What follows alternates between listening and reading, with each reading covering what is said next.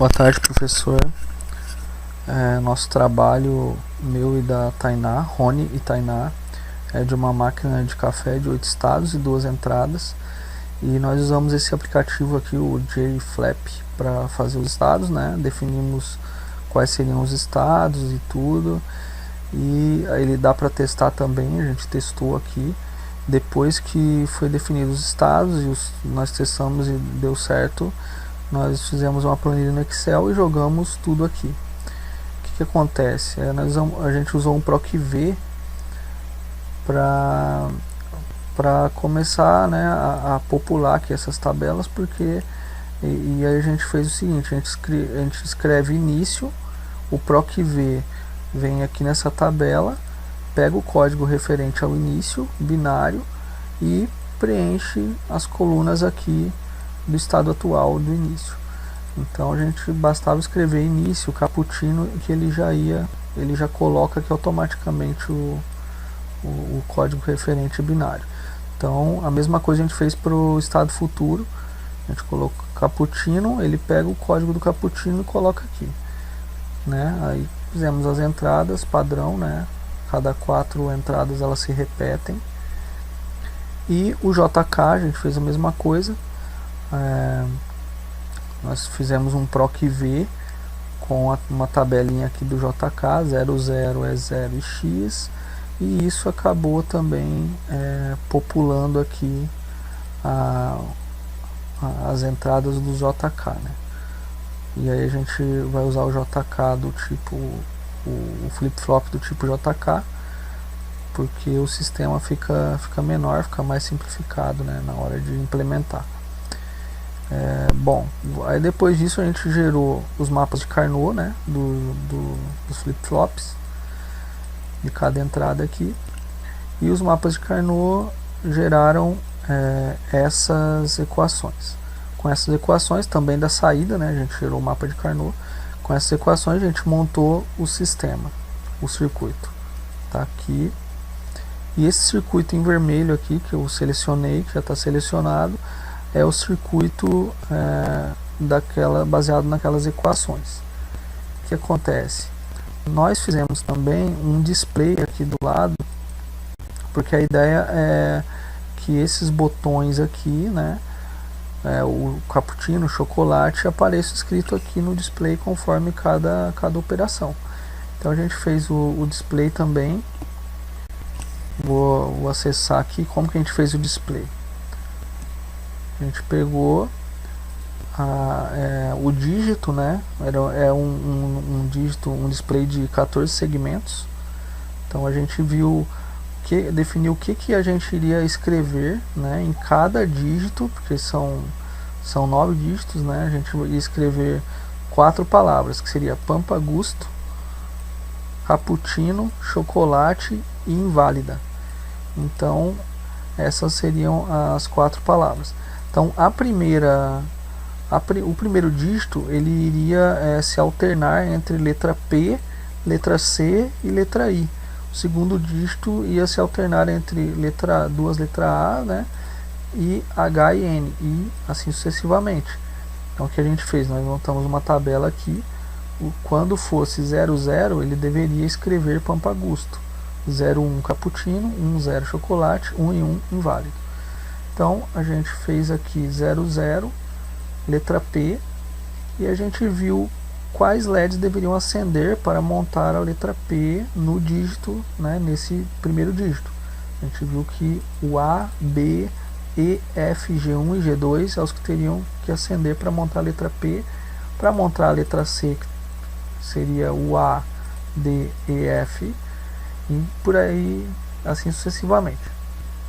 Bom, depois disso a gente gerou também um mapa de Carnot de cada um, né, e extraímos aqui essas equações.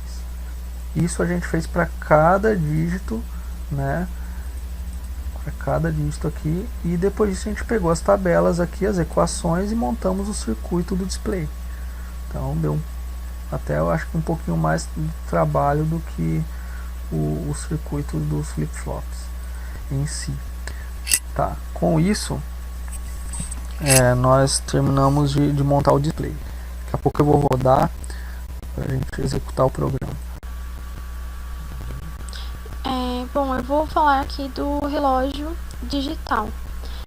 Nós utilizamos no nosso relógio displays de 7 segmentos que recebem suas entradas os números em BCD.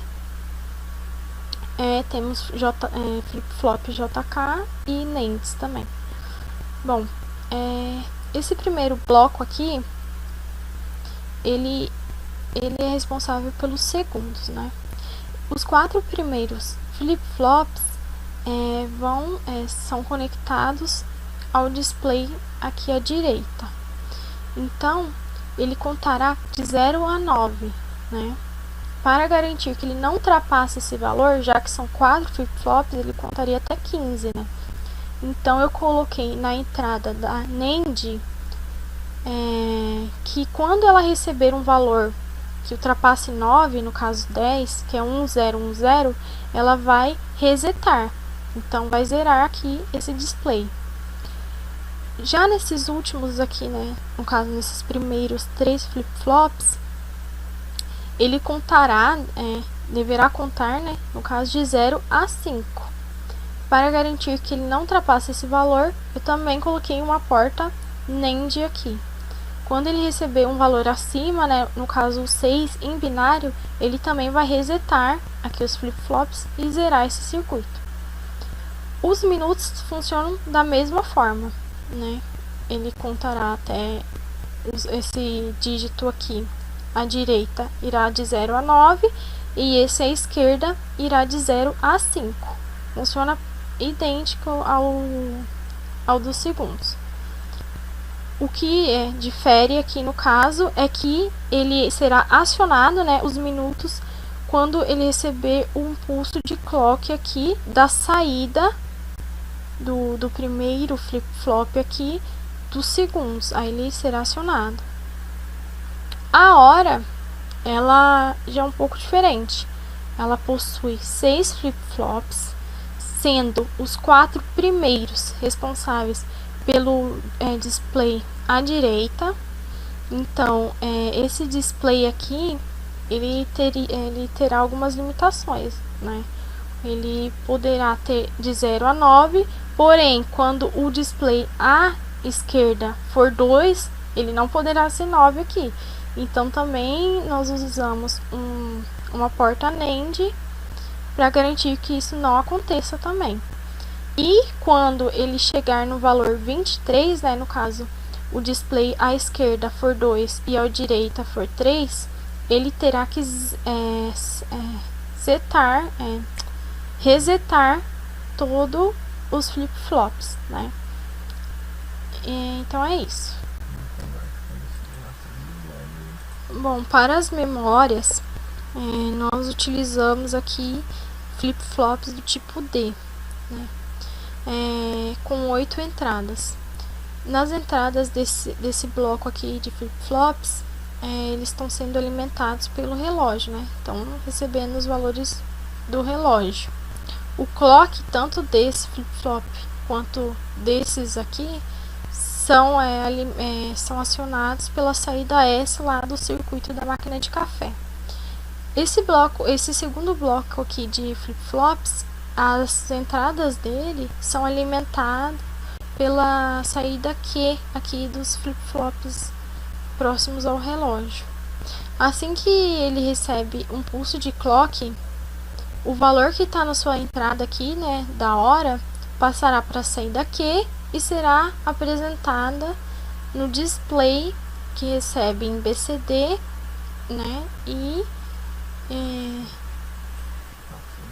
acende os LEDs. E é representado em decimal. Quando é dado novamente um outro pulso de clock, esse valor aqui que estava nesse display armazenado passará para o segundo bloco, né, abrindo caminho aqui no caso para receber um novo valor.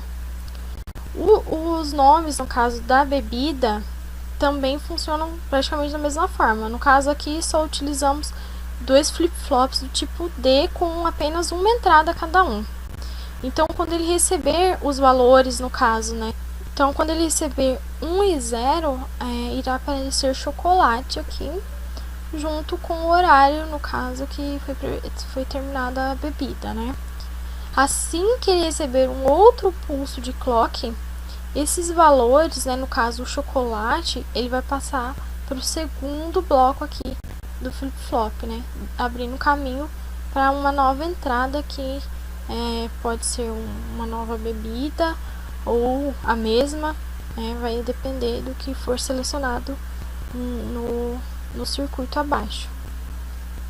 Vamos lá, eu vou executar aqui só para a gente ver como que funciona. Vou diminuir um pouquinho o tamanho. Então ele desligado, né, aqui no display principal ele não aparece nada, ele está desligado. Então apertando o botão ligar, ele aparece Pampa Gusto. Quando a gente aperta e ali em cima você vê que tá zerado ainda. Quando a gente aperta Cappuccino, ele aparece no display aqui embaixo escrito Cappuccino. E o relógio, a gente colocou um clock nele muito rápido para ele, né, aparecer horários diferentes. Então agora, ó, voltou aqui a Cappuccino quando ele terminou o processo aqui no circuito, e aqui em cima ele já armazenou o Cappuccino e armazenou o horário que foi né, solicitado, executado ali, terminado o Cappuccino. Se eu clicar em chocolate agora, ele aparece um display aqui chocolate, que é o que ele está preparando agora. Aqui em cima o Cappuccino e essa hora 1h44 tem que passar para o próximo, que é o que vai acontecer agora. Ele termina de fazer, aí ele volta aqui o chocolate, ele aparece escrito Pampa Gusto novamente, que ele terminou o processo, e ele passa, né, essa informação chocolate com o horário atual, né, que ele foi feito, 3h24:10, e aqui aparece chocolate. E o Cappuccino que estava aqui foi para o lado de lá. Então isso é só para exemplificar aqui que está dando certo. Então é isso.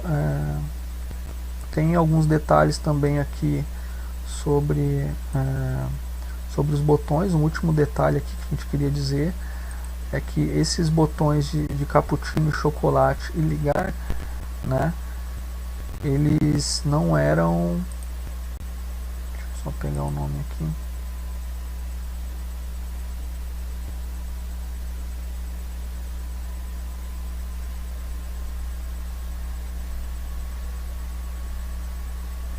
Você que fez esse, né?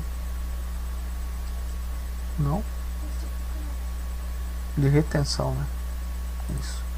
Então eu só queria dizer uma última coisa aqui sobre esses botões. Como eles não são botões de retenção, quer dizer, eu clico e quando eu solto, ele volta de novo. Eu tinha que fazer o clique dele ser um clique de retenção, né? Um botão de retenção, onde eu clico e ele aperta, eu clico de novo ele solta, mas ele não é assim. Como ele não é de retenção, o que a gente fez? A gente colocou um flip-flop para cada botão, para ele se tornar de retenção. Então quando eu clico aqui, ele dá um clock nesse flip-flop JK. Esse flip-flop JK é alimentado por uma porta Shor, então sempre ele vai ser alimentado por um. No que ele leva um clock, ele aciona ou desaciona essa conexão, né, que é ligada no display, e aí o display acende ou não, né? Então no caso do Cappuccino de chocolate é a mesma coisa, e eles estão conectados nesse sisteminha aqui, né, de porta ZOR, que é um codificador de prioridade. Então é isso, obrigado pela atenção.